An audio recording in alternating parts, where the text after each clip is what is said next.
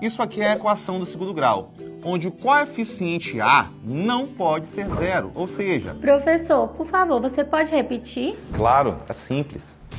Aqui eu tenho uma equação... Com a plataforma Gonçalves Dias, você tem sempre um professor por perto. Aulas pelo canal do YouTube e pela TV Educação. Dicas pelo Instagram, conteúdos para downloads no site e muito mais. Plataforma Gonçalves Dias. Aprenda onde estiver.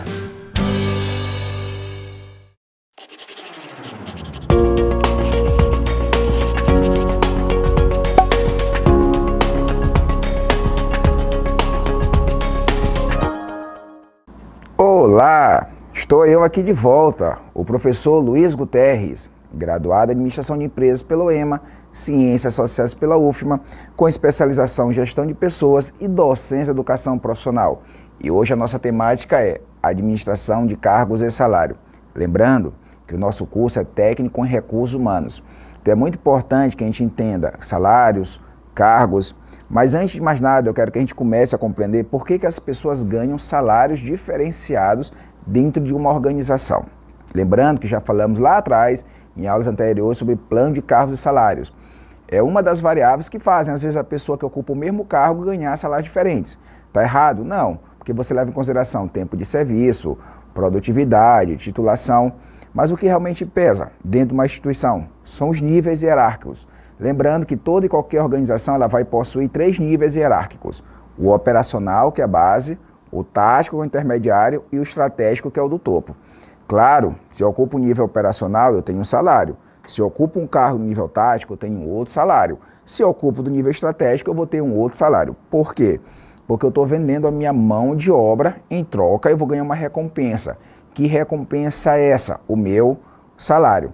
E aí a gente vai entender durante nossas aulas que há uma diferença muito grande entre salário e remuneração. O que é o salário? É aquela coisa enxuta, básica. O que é a remuneração? É o meu salário, mais os meus benefícios, menos os meus descontos. O que as empresas hoje estão fazendo para atrair profissionais e mantê-los? Investir na política dos benefícios. Ticket de alimentação, plano de saúde, plano odontológico, auxílio creche e outros, tá? Mas é muito importante que a gente entenda que dentro de uma organização os salários vão ser diferentes, né? Quem é diretor tem um salário, quem é operacional tem outro salário. Mas esse salário a gente vai usar às vezes o termo recompensa. Mas o que vai ser essa recompensa de fato? Vai ser o agregado, a soma do meu salário, principalmente os meus benefícios. Já foi provado através de diversas pesquisas que quanto mais uma organização, mais uma instituição investe na política de benefícios, mais motiva o empregado e por contrapartida detém esse funcionário.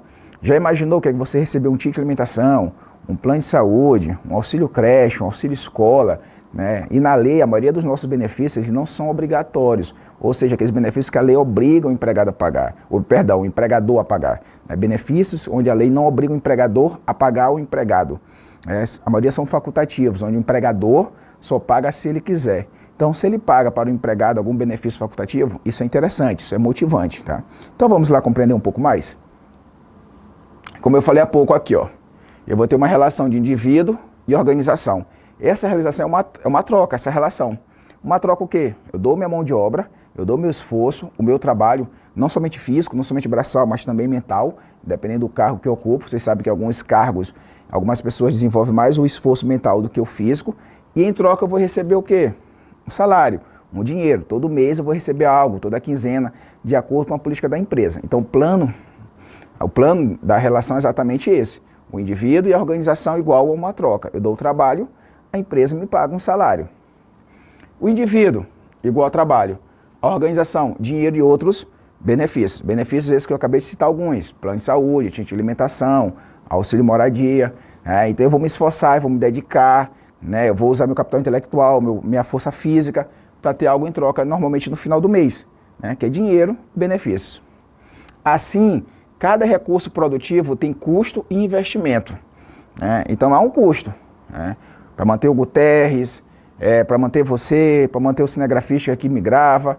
Mas isso também é um investimento, porque a empresa vai crescer, vai prosperar. Nossa, que interessante, eu estou assistindo TV Educação, né? O professor deve ganhar alguma coisa? Deve, mas em contrapartida o Maranhão todo está assistindo aula, está adquirindo conhecimento. Então a gente vê a questão do investimento.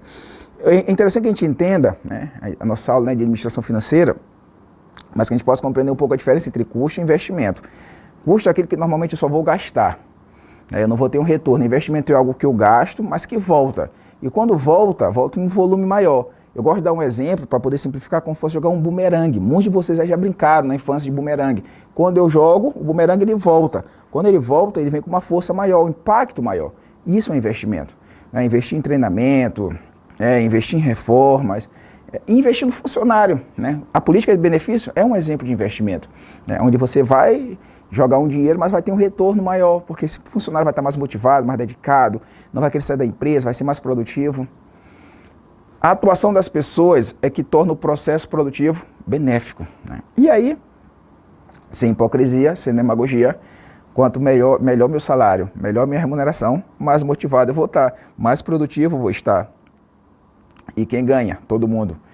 Eu venho alegre, motivado, querendo ministrar aula, querendo bater meta, querendo ser superativo, tal, e aí o cliente vai gostar de mim, vai voltar, vai comprar mais, aí os meus colegas de trabalho vão me sentir diferenciado, e aí o ambiente fica muito mais benéfico. Então é muito importante que as empresas hoje elas façam um estudo, de quanto pode pagar de salário. A gente sabe que pela lei existe o mínimo e o máximo, o piso e o teto. Mas pode ir um pouquinho além do piso, paga um pouco a mais para motivar. É claro que a empresa, às vezes, dependendo do posto, não pode encher o empregado de benefícios para não ter problemas financeiros, mas vê dentro de uma realidade o que ela pode pagar de benefício, um ticket de alimentação, um plano de saúde, alguma coisa do tipo, para motivar esse empregado, fazer com que o ambiente fique mais benéfico. E aí, a gente vai reforçar um pouquinho, quanto maior a recompensa, maior o engajamento no trabalho. Quanto mais eu ganho, mais benefício eu tenho, mais engajado no trabalho eu vou estar. Luiz Guterres, tu vai ali para ganhar X reais. Vou, legal. Mas de repente eles dizem, Guterres, tu vai agora ganhar 3x do que tu ganhava antes. Eu vou ficar mais motivado, vou ficar mais enganjado, vou querer errar menos. Claro que também, pela lógica do trabalho, isso aí vocês sabem, quanto maior, mais tu ganha, maior a tua responsabilidade, maior a tua cobrança. Tem que estar preparado para isso. Não desmerecendo profissionais nenhum, mas se tu ganha mais é porque tua cobrança é maior. Teu grau de importância da empresa é maior. Quando eu digo esse grau de importância, na questão da tomada de decisões, porque eu costumo falar em consultor de RH que todo mundo numa empresa é importante. O cara lá dos serviços gerais, se ele não limpar o ambiente, a sala, alguma coisa do tipo, o diretor ele não vai ter um clima para poder trabalhar, o gerente não vai ter clima para poder trabalhar. Eu, enquanto professor, se eu entrar numa sala de aula, num ambiente que não está limpo, higienizado, eu não vou ter clima para ministrá-lo. Então todos são importantes, mas os salários são diferentes. E a cobrança também vai ser maior porque eu ganho mais. Recompensa. Formas utilizadas pela organização para que as pessoas alcancem seus objetivos. E aí tem recompensas financeiras e não financeiras. Recompensa financeira, o nome já diz, vem grana. Não financeira, um ticket de alimentação, um plano de saúde e outras coisas do tipo, uma viagem. Então, qual é a ideia de recompensa? Quando eu falo em recompensa, é algo que eu fiz e quero algo em troca. O filho da gente, a filha, faz muito isso. Pai, eu tirei nota 10 na prova de matemática, eu tirei nota 10 na prova de português. O que você vai me dar? Ah, filha, bora pro shopping passear. Tá aqui um lanche, tá aqui alguma coisa. Isso é recompensa. Então eu me esforcei para algo que quero ser recompensado. É uma relação lógica de trabalho, gente. Você trabalha porque você gosta do trabalho, você quer se destacar, mas a questão financeira ela pesa muito, principalmente nessa questão do dinheiro. Quando a gente fala questão não financeira, pesa também, um ticket de alimentação, até uma foto sua num quadro, com destaque, claro que também influencia, claro que também te motiva, porque você busca ser recompensado, você não quer só trabalhar e não ter nenhum tipo de recompensa. Então as duas recompensas elas são importantes, tanto a financeira como a não financeira. E aí a gente vai trazer uma contextualização, que é para a gente poder compreender isso melhor. Contextualização, dentro de um contexto, como é que isso funciona, como é que isso vai para frente, como é que isso vai surtir resultado, como é que isso é mensurado. Diferentes pessoas com suas habilidades e talentos buscam diferentes objetivos motivacionais no trabalho. Tem gente, existem teorias na motivação que dizem que determinados empregados eles não querem crescer dentro das empresas, eles não querem ganhar grandes salários, eles não querem ter grandes compromissos, eles só querem ter o básico ali. Para beber, comer, vestir, pagar continha no final do mês. Beleza, a motivação dele é essa. Já outros não. Querem crescer, se desenvolver, ganhar mais para comprar um carro, para não sei o quê, para viajar, tal. E isso aí vai mudar de pessoa para pessoa. né? Então isso é provado, né? Que dentro das aí o que o gestor de RH ele vai buscar? Ele vai buscar identificar esses perfis, né? Quem realmente de fato busca esse crescimento, quem só quer realmente ganhar o salário no final do mês, quem gosta de desafios, aí quem gosta mais de desafios, maiores recompensas, quem não gosta tanto de desafios, menos recompensas, né? A organização deve perceber o salário como função agregada de motivação. O Pontes, na sua obra 93, já há algum tempo fala isso. Mas é verdade, o salário é ponte para agregar. Então, se alguém me dá um aumento de salário, então eu vou trabalhar numa empresa que tem um salário bom, superior a um salário mínimo, onde eu possa viajar, comprar algumas coisas. Isso me motiva. Que é a primeira coisa que tu pergunta, quanto vou ganhar? Vamos lá, você que é prestador de serviço, um técnico em informática, por exemplo. Primeira coisa que tu pergunta, ei, quanto é que vai me pagar pelo meu serviço? Quando o cara te diz um valor agradar, tu diz, nossa, eu quero. E aí tu vai contente, tu vai vibrante, né? Tu vai com gosto, tu vai motivado. Então essa questão do salário não tem para onde correr, ela atrai. O Maslow, que nós já estudamos, né? Ele disse que o salário é assim, se tu ganha um salário mínimo só para pagar tuas contas, tu vai saciar as tuas necessidades fisiológicas, que são aquelas necessidades básicas, de comer, beber, mas de repente tu ganha um salário 10 vezes maior que um salário mínimo, tu já não vai mais só saciar essas necessidades fisiológicas. Tu vai poder buscar autoestima, autorrealização, tá? Então, isso as empresas precisam entender, né? Que por isso que é um investimento. Agora, claro, também não posso sair pagando altos salários e minha empresa entrar em falência, entrar em decadência. Tem que ser dentro de uma realidade financeira. E aí eu também vou atrair bons profissionais, né? Porque eu vou poder cobrar desse profissional porque eu estou pagando algo interessante. A motivação dependerá do significado que cada qual atribui a uma determinada atividade. Ninguém pode motivar ninguém, né? A gente já falou sobre isso. A motivação, na verdade, é uma via de mão dupla, uma sinergia, né? A empresa oferta um cenário favorável, mas se não tiver esse espírito de motivação, de determinação, de querer crescer, de nada vai adiantar. É uma relação mútua, de troca, de sinergia. Eu tenho um cenário onde a empresa me paga um bom salário, me paga os benefícios, me paga em dias, e em contrapartida eu também já tenho esse espírito. Então vai ser o casamento perfeito, né? A união do que eu sou com o que a empresa me oferta. Mas lembrando, se eu não tiver esse espírito, essa vontade, esse desejo dentro de mim, eu posso estar trabalhando na melhor empresa do mundo. Eu não vou prosperar. E aí, legal, né? É o que a gente sempre pensa, né? Quando a gente pensa desde cedo, eu vou estudar, me qualificar para trabalhar, para comprar as coisas, né? Para ter um padrão de vida. Eu acho que a maioria das pessoas pensam isso. Mesmo aqueles que não têm tanto desejo em comprar grandes coisas, mas pelo menos pagar o aluguel da casa, comprar um arroz, um feijão, não deixa de ser questão aquisitiva. Mas muitas das vezes o trabalho assusta, né? Tem gente que não quer se cansar, prefere ter uma vida mais light. Mas no fundo, todo mundo deseja adquirir coisas, né? Almeja aquisição de coisas. E é exatamente essa relação que eu trago. Salário igual poder aquisitivo, igual padrão de vida, né? Então, se eu ganho um bom salário, eu vou comprar mais coisas, eu vou ter um padrão de vida melhor, eu vou poder ter um plano de saúde, eu vou poder viajar.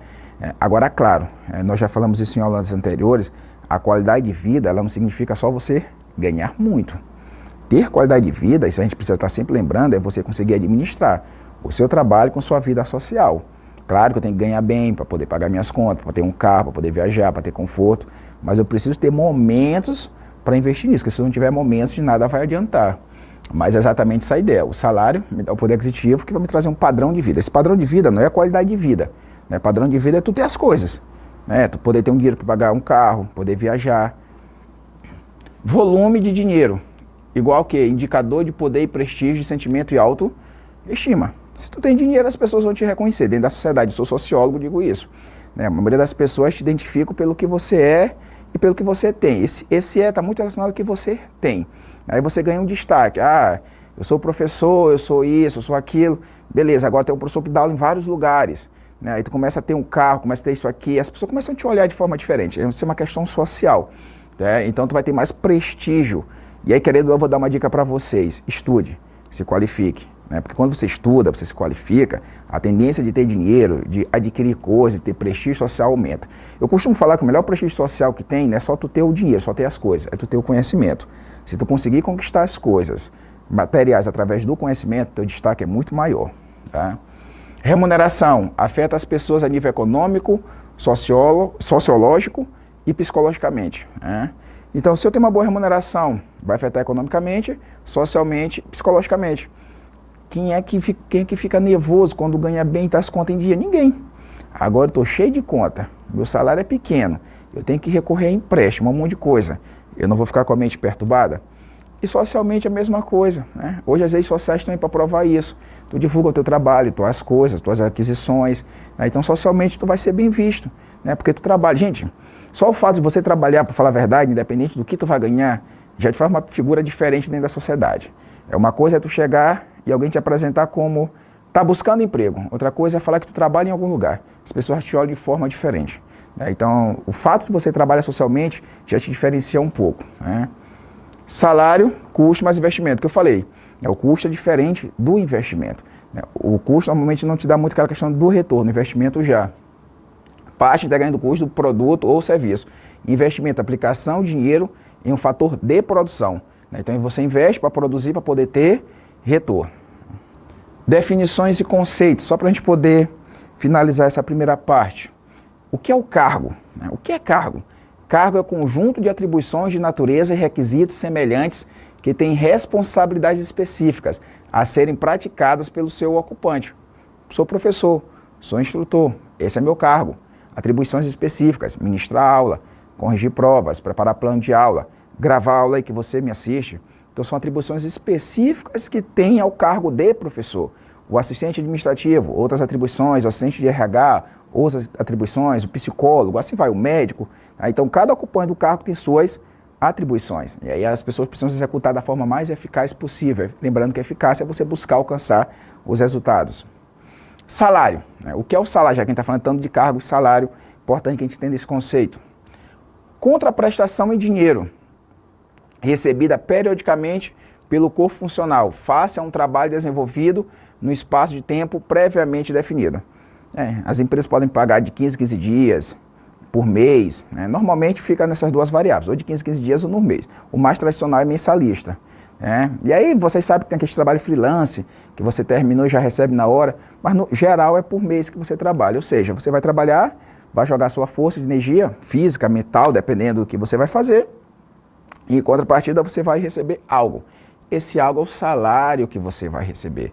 Tá? Então é importante essa relação. Então eu tenho um cargo, né, eu sou professor, desenvolvo atividades específicas, em contrapartida eu vou receber algo. Esse algo é o meu salário.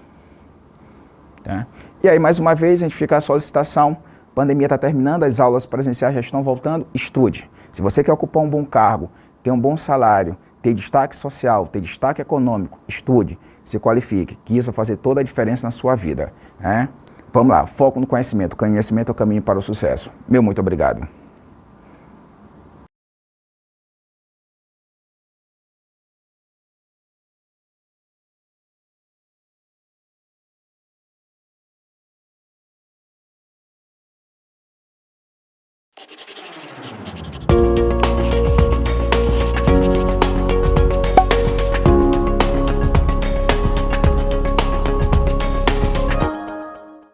Olá, estamos de volta. Luiz Guterres voltou agora para a gente continuar a nossa parte 2 sobre a disciplina de administração de cargos e salários.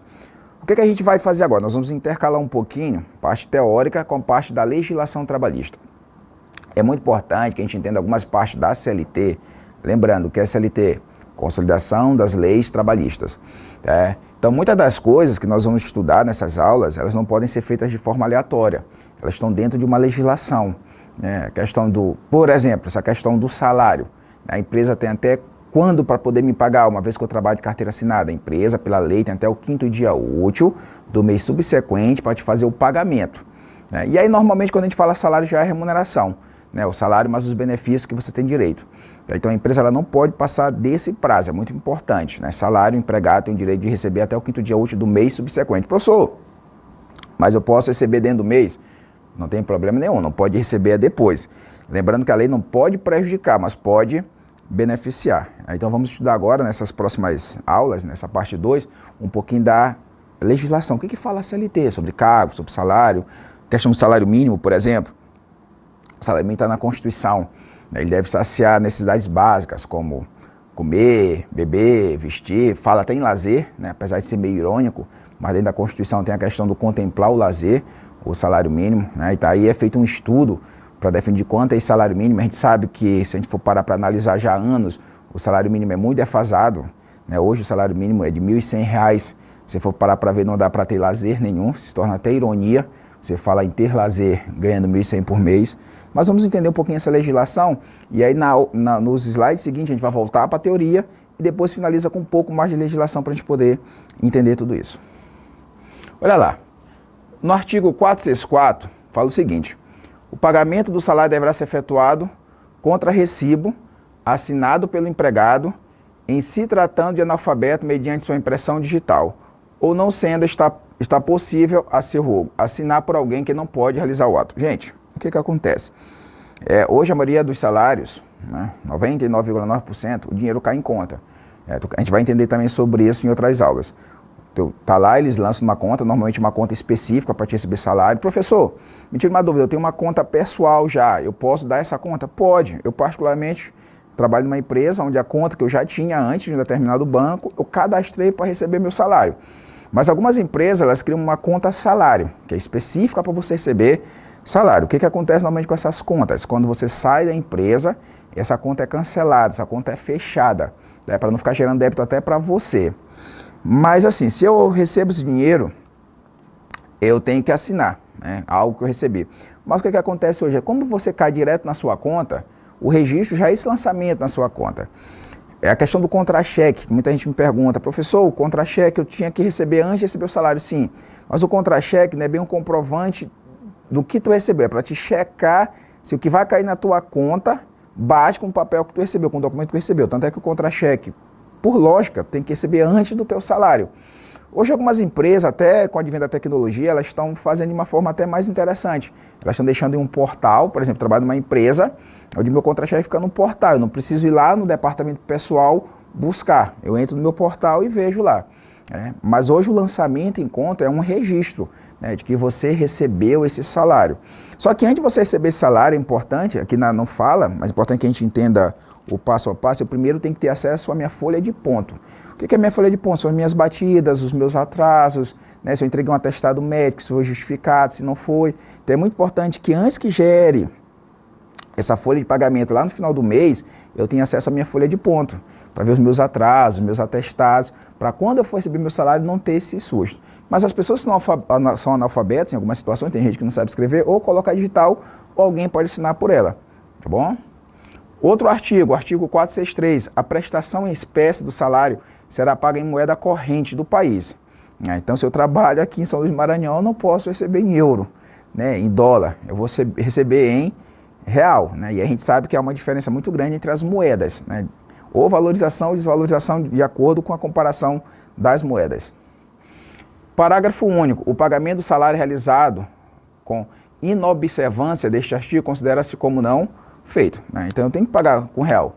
Professor, o senhor vai dar aula lá, o senhor vai ganhar X reais por hora aula, né? Então se o senhor der 10 aulas, o senhor vai multiplicar o valor da hora aula por 10. É atraente para o senhor? É atrativo? Né? O senhor sabe quanto vale um real? Um real o senhor compra o quê? 10 reais o senhor compra o quê? Tá, então eu vou receber em real, porque é a moeda corrente do meu país. Isso aqui que eu estou falando para vocês é legislação, tá? Em caso de dano causado pelo empregado, o desconto será lícito, desde que esta possibilidade tenha sido acordada ou na ocorrência do dolo do empregado. Gente, o que acontece isso aqui? Eu quebrei algo da minha instituição, né? Eu causei um prejuízo. Pode ser descontado meu salário? Pode. Mas o que normalmente tem que acontecer? Isso tem que ser acordado previamente. Eu tenho que deixar bem claro, olha, existem até empresas que documentam isso. Professor, o senhor quebrou o data show, o senhor quebrou a CPU. Claro que não vão descontar logo de uma vez, né, de acordo com o que você ganha e com o prejuízo que você deu para a empresa. Vamos parcelar isso aqui de 5, 6 vezes, mas vai ser descontado o seu salário. Estou falando isso, eu trago essa passagem, porque muita gente acha que é errôneo, né, o empregado, que às vezes causa um certo prejuízo, um certo dolo para a organização, ter seu desconto, ter isso descontado do seu salário. Não está errado, mas tem que ser acordado previamente, tem que deixar isso bem claro. Mas que uma situação chata né? Imagine, muitas das vezes, você carregando algo e quebrando, danificando. Claro que ninguém quer isso, empregado não quer isso, mas também a empresa não quer. Querendo não gera um prejuízo. Né? E não gera um prejuízo simplesmente único e diretamente para a empresa. Gera para os próprios empregados, dependendo do que você danificou, pode atrapalhar uma aula, pode atrapalhar uma reunião, pode atrapalhar um dia produtivo. Né? Então não é errado, né? Você ter que arcar enquanto empregado com algum prejuízo, com algum dolo que você causa à empresa. Dica, cuidado, atenção, principalmente quem trabalha com produtos mais sensíveis, né, mais passíveis a quebrar, danificar, tenham muito cuidado com isso, para não gerar prejuízo para a empresa e para você. Já pensou, tu tem teu planejamento ali financeiro certinho, né, aí de repente acontece um imprevisto desse, aí lá vai tu ter uma despesa a mais para poder consertar algo, consertar não, né, pagar algo que você quebrou. Outro artigo interessante, tá, lá dentro do 462 ao empregador é vedado, é proibido, efetuar qualquer desconto no salário do empregado, salvo quando este resultar de adiantamentos de dispositivo de lei ou de contrato coletivo. Ou seja, eu não posso inventar desconto. Existem descontos que pela lei nós já estudamos, que eles são obrigatórios. O recolhimento do INSS, dependendo do que você ganha também, que nem todo mundo tem, o desconto do imposto de renda. Vamos lá, às vezes a empresa adianta alguma coisa, adiantamento de salário, no mês seguinte se tira, adiantamento de hora extra, no mês seguinte se tira. Mas caso contrário, não se pode ter desconto criado, inventado. Normalmente, os descontos que você tem no seu salário é atraso, falta, INSS e imposto de renda. O que acontece em algumas empresas? Você falta, desculpa turma, em um determinado mês e a empresa não desconta. E ela te paga e no mês seguinte ela te desconta. Não está errado.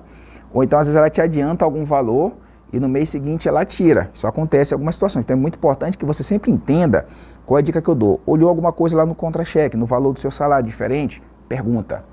Por que isso? Por que eu recebia mais? Por que eu recebia menos? Para você poder entender e lembrar que mês que vem você pode ter algo a menos, porque esse mês você recebeu algo a mais. Tem que ter muito esse cuidado. É que às vezes as pessoas não perguntam e dizem assim, eu vou ser esperto. Outra dica fundamental, que às vezes acontece, raras exceções, mas acontece. Recebeu um salário a mais, um valor a mais, onde a empresa de fato errou, não foi adiantamento, foi um erro técnico, porque acontece, né, em qualquer processo de gestão, avise, olha, eu acho que me pagaram algo a mais, eu acho que pagaram minhas férias dobradas, eu acho que pagaram meu salário dobrado, avise. Não queira ser esperto, né, porque você pode passar por uma atitude ilícita sua, de quem quer enganar. Então avisa, olha, pagaram minhas férias dobradas, acho que eu não tenho direito a receber isso. Porque o que vai acontecer? Lá na frente a empresa pode se tocar e pedir dinheiro de volta e tu não tem mais. E aí, tu vai ficar o mês seguinte sem salário? Pensa nisso. No inciso 4º, o trabalhador readaptado em nova função por motivo de deficiência física ou mental atestada pelo órgão competente da Previdência Social não servirá de paradigmas para fim de equiparação salarial. Vai acontecer isso. Às vezes eu sofro um acidente, alguma coisa do tipo, e aí vão ter que mudar de cargo, de função. O que acontece? A lei ela é bem clara, né? Para reduzir o meu salário, essas coisas, não pode. Só quando eu ocupo cargo comissionado. O que acontece nos cargos comissionados que é interessante que a gente entenda? Eu sou professor de carteira, mas eu tenho uma comissão como gerente. Mas o meu cargo é de professor. Eu tenho um comissionado de gerente que eu ganho X reais a mais. Mas se caso esse comissionado meu não der certo, não bater meta, alguma coisa do tipo, eu volto a ser professor, que é como minha carteira está registrada. Mas eu não posso sair de professor, né, onde não é um cargo comissionado, e de repente ser servente, alguma coisa do tipo. Só se eu for desligado da empresa, receber a minha rescisão, os meus direitos trabalhistas, e aí eu volto num outro momento para ocupar um cargo aquém, abaixo daquele que eu ocupava. Estou falando isso porque muita gente recebe cargo comissionado em empresas privadas também, tem a ideia de cargo comissionado só em órgão público, mas nas empresas também tem. O que é cargo comissionado? É o salário mais uma comissão. Dependendo do que você ocupa, essa comissão pode ser variável ou fixa, mas você pode não dar certo nesse cargo, nessa função, e voltar. E aí, o que vai acontecer é exatamente isso, tá bom? E aí acontece essa questão física, mental, de você não poder ocupar determinados cargos, exercer determinadas funções. Isso é normal dentro de um contexto trabalhista, tá? E aí é legal, né, que a gente vai entender algumas questões. E aí o que vai diferenciar realmente o teu salário dentro das organizações? É a tua tecnicidade. Tu desenvolver teu trabalho com técnica, bater meta, ser proativo, ser criativo. E aí vem a questão da formação tua, ter um nível superior, ter uma pós-graduação, um curso de inglês, um bom curso de informática. Por isso que eu terminei o vídeo anterior, a aula anterior, falando exatamente sobre isso, sobre qualificação. Quanto mais você buscar a sua qualificação, melhor vai ser seu salário, melhor vai ser sua remuneração, os seus benefícios. Agora, claro, se você puder fazer tudo isso, encontrar uma empresa propícia a investir em você, a pagar em dias, a pagar um bom salário, a te oferecer benefícios. Como eu falei há pouco, gente, é muito satisfatório você receber bons benefícios. Eu trabalho numa instituição que muita gente diz assim, é besteira o cara receber auxílio funeral. Não é não, ninguém sabe o que vai acontecer. Infelizmente as pessoas morrem. Tu não vai ter porque tu está morto, mas alguém que vai ter que arcar, infelizmente, com o teu funerário, vai ter como arcar. O seguro de vida, a mesma coisa. Claro que você que morreu não vai poder usufruir, mas alguém que ficou vivo vai poder usufruir. Às vezes você deixa uma mulher, filhos, família, já é uma coisa que vai amparar, né? Eu vou dar uma dica, pesquisem aí os diversos benefícios que tem, né? Os benefícios trabalhistas eles vão além de título de alimentação, plano de saúde, auxílio moradia, é uma gama muito grande de benefícios que o empregado pode receber, desde que, claro, esteja dentro das condições financeiras da organização, né? Tem organização que às vezes ela quer investir, ela quer motivar, mas não tem condições financeiras. Aí o que acontece? É pior, porque lá na frente ela vai demitir esses empregados, né? Não vai ter como arcar com a folha de pagamento e aí fica uma situação complexa. Então vamos lá. Considera-se trabalho de igual valor para fins de equiparação salarial o que for feito com igual produtividade e com a mesma perfeição técnica. Então eu sou professor e outro colega meu é professor. Beleza. Então a gente vai ter o mesmo salário porque nós somos com a mesma capacidade técnica e vamos desenvolver as mesmas atividades. Mas o que pode acontecer, que eu já falei isso para vocês, a empresa ela pode ter o plano de cargos e salários, algo institucionalizado, né, algo regulamentado, algo legítimo, que pode fazer com que eu, professor, tenha um salário um pouco maior ou menor do que um colega meu, dependendo das atribuições do plano. Tempo de serviço, formação acadêmica e outras coisas do tipo. Mas se não tiver esse plano, se não tiver essa coisa institucionalizada, essa coisa legítima, que diferencia os ocupantes do mesmo cargo a terem salários diferentes, está errado, né? Então, se a empresa não tem um plano de cargo e salário, os professores vão ganhar os mesmos salários, os serventes os mesmos salários, tá? E aí a gente vê que essa questão do plano de cargo e salário, ela vem crescendo exatamente também para motivar, né? Porque se eu tiver mais tempo de casa, mais eu ganho. Se eu tiver mais formação acadêmica, mais eu ganho. Se eu fizer uma especialização, mais eu ganho, né? Mas de antemão, essa equiparação está dentro disso. Com a mesma perfeição técnica entre pessoas cuja diferença de tempo de serviço não for superior a 2 anos, tá? E a questão, às vezes, de 2 anos, o que acontece nessa questão de 2 anos? Porque algumas empresas, elas criam esses benefícios do triênio, quinquênio, né? E aí é permitido por lei, né? Então, eu já estou na empresa, não é nem um plano de cargo e salário, né? É uma coisa específica. Já trabalhei numa empresa onde tinha o quinquênio. O que era quinquênio? A cada 5 anos aumentava o meu salário. Mas era o quê? A lei permite, né? Passou de 2 anos, tu pode ganhar um pouco mais do que o teu colega. Professor, mas vai ser obrigatório. Todo mundo que trabalha mais de 2 anos ganha mais do que o outro? Não. A empresa só vai institucionalizar se ela quiser, colocar como regra. Se não quiser, ela não tem obrigação de colocar nada. Mas algumas empresas colocam. Então, com menos de 2 anos, só se estiver dentro do plano de cargo e salário. Mas normalmente, né, uma das variáveis do plano de cargo e salário é o tempo de serviço, né? Então, se eu já tenho 5, 6 anos de casa, o cara que está entrando agora, obviamente já passou desses 2 anos, né? E lembrando, nem sempre eu tenho um plano de cargo e salário, mas eu tenho lá o triênio, o quinquênio. Então acontece, algumas situações quem tem 2 anos ou mais de casa ganha um pouco mais do que o outro. Mas sinceramente, no geral, a gente vê que não há tanta essa diferença salarial. Já as empresas elas buscam equiparar até para não desmotivar tanto. Em resumo, igual produtividade, mesma perfeição técnica, entre pessoas cuja diferença de tempo de serviço não for superior a 2 anos. Né? Isso é legal porque isso não te tira crédito, né? É muito ruim que tu trabalha numa empresa, se tu ocupar o mesmo cargo do teu colega, com um salário diferente. Aí vai gerar na tua mente as interrogações. Por que meu colega ganha mais e eu ganho menos? Se nós entramos juntos, ocupamos o mesmo cargo, desenvolvemos as mesmas funções técnicas, será que isso está sendo justo? Você começa a indagar. Então, o que a gente viu agora? A gente começou a entender um pouquinho da legislação. Né? O que fala a legislação sobre essa questão de salário? A empresa tem até o 5º dia útil do mês subsequente para pagar o teu salário. Tem que ver essas questões, se tu vai mudar de cargo ou função de acordo com um acidente, alguma coisa do tipo. Tu vai ter que receber o mesmo salário que alguém que desenvolve as mesmas capacidades técnicas que a tua. Lembrando que a questão dos 2 anos, se for superior de 2 anos, a empresa pode criar essas singularidades que eu falei para vocês, de triênio, quinquênio e outras coisas. No mais, o salário é o mesmo. Lembrando que também tem um plano de cargos e salários que vai além só do tempo de serviço, tem a questão da titulação. Alguém pode ganhar mais do que você por ter uma formação maior do que a sua. Você só tem a graduação e seu colega tem especialização, mestrado e doutorado, ele vai ganhar mais. Né? Mas dentro de um contexto geral, a gente vê que as empresas elas precisam buscar essa equiparação, né? Quando se fala dos mesmos cargos, para não poder perder crédito, para não poder desmotivar. Porque às vezes tu pensa em motivar um, mas desmotiva o outro. E aí existe uma palavrinha-chave para a gente poder encerrar esse nosso momento chamado equidade. Quando você trabalha nisso aqui, você tem que ter equidade, de forma justa. Você vai pagar mais, você vai oferecer mais para quem produz mais, para quem se esforça mais. E aí na nossa próxima aula agora, a gente vai falar um pouquinho mais sobre os benefícios, e esses benefícios eles trazem isso, né? Essa equidade e justiça. Ganhar um bom plano de saúde, ganhar um bom ticket, isso tudo vai te motivar. E aí a gente finaliza mais uma vez pedindo, né?